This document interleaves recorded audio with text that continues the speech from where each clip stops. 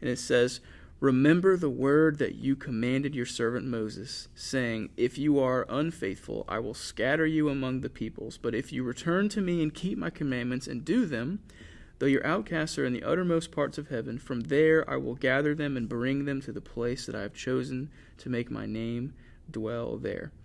They are your servants and your people, whom you have redeemed by your great power and your strong hand." So at the start of verse 8, Nehemiah, he says to God, remember.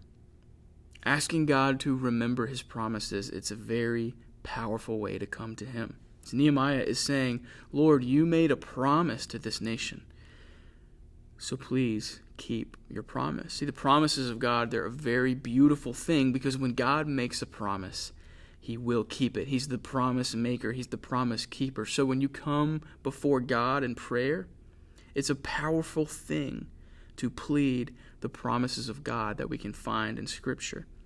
And the promise of God that Nehemiah is referring to says, if you return to me and keep my commandments and do them, I will gather them to a place that I have chosen. Now, this promise happens to be a conditional promise. And the condition was returning to God and keeping his commandments. See, Nehemiah was determined to keep the commandments of God. He couldn't control what everyone else was doing, but Nehemiah was resolved. He knew that he was going to obey the Lord. He was going to live in obedience to God. I know sometimes we can be so concerned about the things that are happening around us and what people are doing all around us. And sometimes it's so much so that we don't realize our own faults. Before you start getting upset about what's happening around you, be resolved to live in obedience to God first, yourself.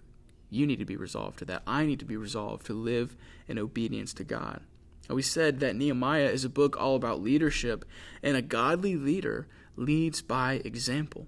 A godly leader lives that godly life in obedience, in prayer, all these things. So lead by example. So please make sure that you are following God.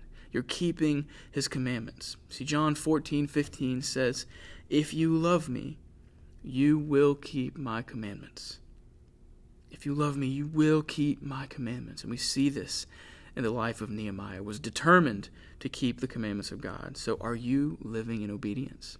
Are you determined to obey God and his commands? Now, if not, you need to return to the Lord. You need to keep his commands. You need to do what he says. See, that is what the life of a believer should look like.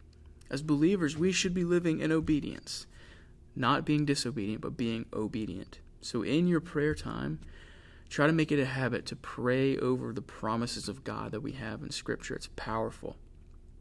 And be resolved to live in obedience.